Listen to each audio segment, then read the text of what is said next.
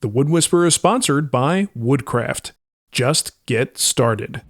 On today's Tools Unleashed, we're taking a look at the Inkleind Blade Square, Smart Casters by Bennington Manufacturing, the Preppin Weapon by Time Shaver Tools, and the Jessem Box Joint Jig. Unleash the tools. First up, we have the Inkleind Blade Square. It retails for $49.99 or $64.99 with storage, and is made in the USA by my buddy Andy Klein. This incredibly simple aluminum square attaches to pretty much any bandsaw blade via a bunch of small magnets. The platform is machined to a perfect 90 degrees and serves as a shelf for a digital angle gauge. So that's something to consider. If you don't have a digital angle gauge, this isn't going to be much use to you.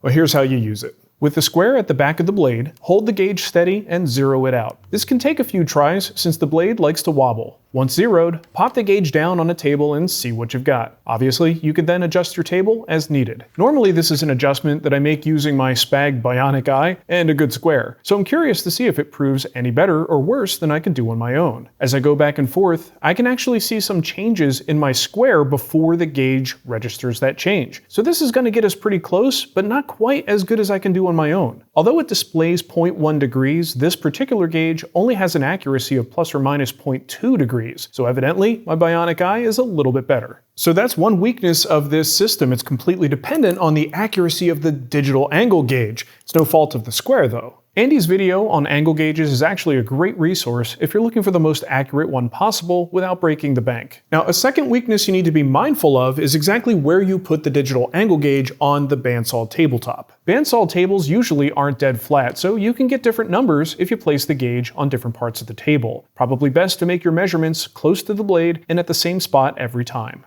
Anyway, it's a pretty nifty device. Just make sure that you pair it with a high quality, high accuracy digital angle gauge. Next up, we have the Smart Casters by Bennington Manufacturing. They have a few models to choose from, and the ones I have here are the R7s, priced at $76 for 4 and rated at 600 pounds, and the larger R8s, priced at $89 and rated at 800 pounds. They also have top mount versions available, and they're all made in the USA. What makes these casters unique is that they don't operate with a lever or a lock. Instead, you simply lift the item that you need to move, and the casters drop down to their lower position. Lift them up again, and they retract. So I've never actually installed these before. Usually I just jack my bench up and move it around with furniture dollies. So let's go ahead and install these beefy R8s on my split top Rubo. When you order a set of casters, they generously supply an extra long bit, a driver, and some screws. While these screws are fine, I think I'll go with something a little bit beefier, like these 1/4-20, 1.5" hex cap bolts. To install them, I made myself a little template, though you certainly don't need one for a typical installation. Normally, you just hold the bracket on a leg, pre-drill, and then drive your screws, but I like to complicate things. One of the cool things about these is that they can easily be installed on the inside. Consider a piece of furniture where you want the mobility to be completely hidden. You can install these behind a toe kick or something and you'd never know that they were there. And because you don't need to actually access them to make them work, there's no harm in hiding them away. In the case of my bench though, my rails are just too low to the ground, so I have to install them on the outside. Even with my nonsense here, installation only took about 20 minutes for all 4. Now the only major drawback I could think of with these casters is that you have to be able to lift the item that you want to move. Now in the case of my Rubo workbench, it's pretty heavy as it is, but mine is loaded down with a solid wood tool cabinet that has a bunch of tools in it, and I'm not going to take them out every time I want to move this thing. So let's see how it goes. Did it work? Ooh, look at that. Let's get the other side. You only need to lift it about 1 inch, and then you're on the wheels. Now, I'm honestly not sure how well this is going to roll because of my rubber floor pads. They can sometimes buckle under a lot of weight, but that's not the fault of the casters. But even then, this is doing pretty good. I'm just kind of being careful with it. If this were on a hard surface, we'd be rolling around like crazy. All right, letting it back down, we just lift up a little bit.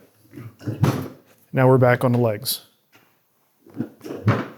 But you can find casters that are cheaper, you could find casters that have a higher weight capacity, but I don't think you're going to find a caster that operates as simply as this one does and has some of the versatility that this one does. I think for a lot of folks, this is the mobility solution you've been looking for.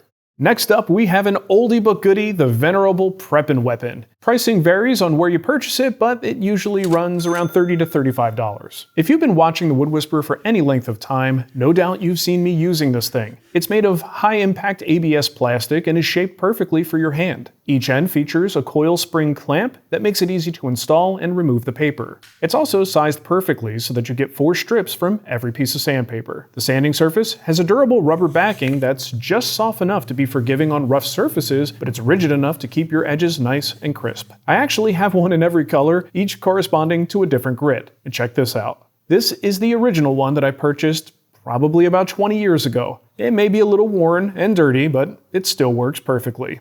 Just like me. Now, I enjoy using these so much that I decided to put my money where my mouth is. We now carry these in the Wood Whisperer store at twwstore.com. And when you buy from us, you get a little assortment of pre-cut sandpaper so that once it arrives, you are ready to go and get to work. All right, if you do purchase from us, of course, I appreciate the support. And finally today, we have the Jessem Box Joint Jig for router tables. It sells for $249 and is made in Canada. The design of this thing is pretty elegant. The base locks into the miter slot on the router table, and the jig itself slides effortlessly back and forth thanks to 2 pre-tensioned bearing assemblies. The kit comes with 3 fence and key combinations for the most common box joint sizes, including 1/4 inch, 3/8 of an inch, and 1/2 inch. Swapping between them is as simple as removing 4 screws. Of course, you'll need to provide the router table and associated bits in order to make use of this jig. So off camera, I decided to do the initial setup, and I had some 1/4 inch plywood sitting around. I figured, hey, let's test it out on some teeny tiny box joints.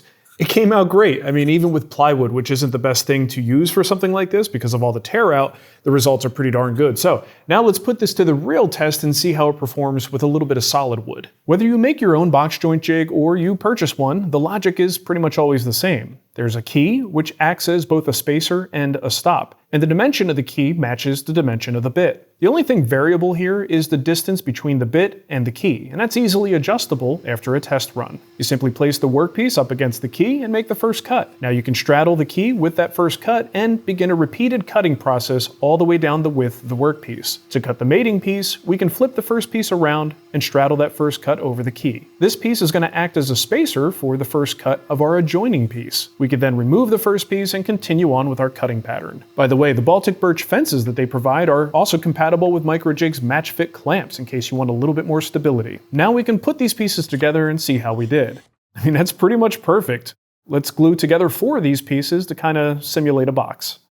So I've used a number of box joint jigs in the past, including at the simplest end, the one that you make yourself in the shop, and then of course the higher end version, something like the Incline box jig.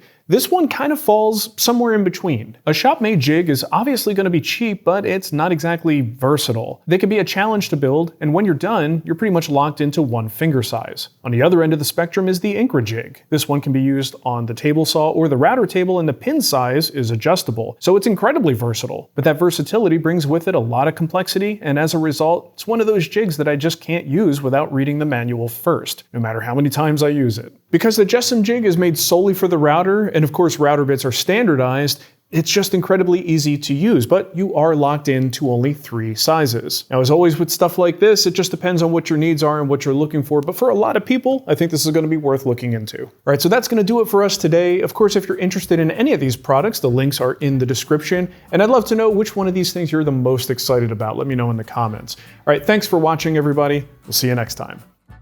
And thanks again to our sponsor Woodcraft for helping to support the show. Check them out at woodcraft.com.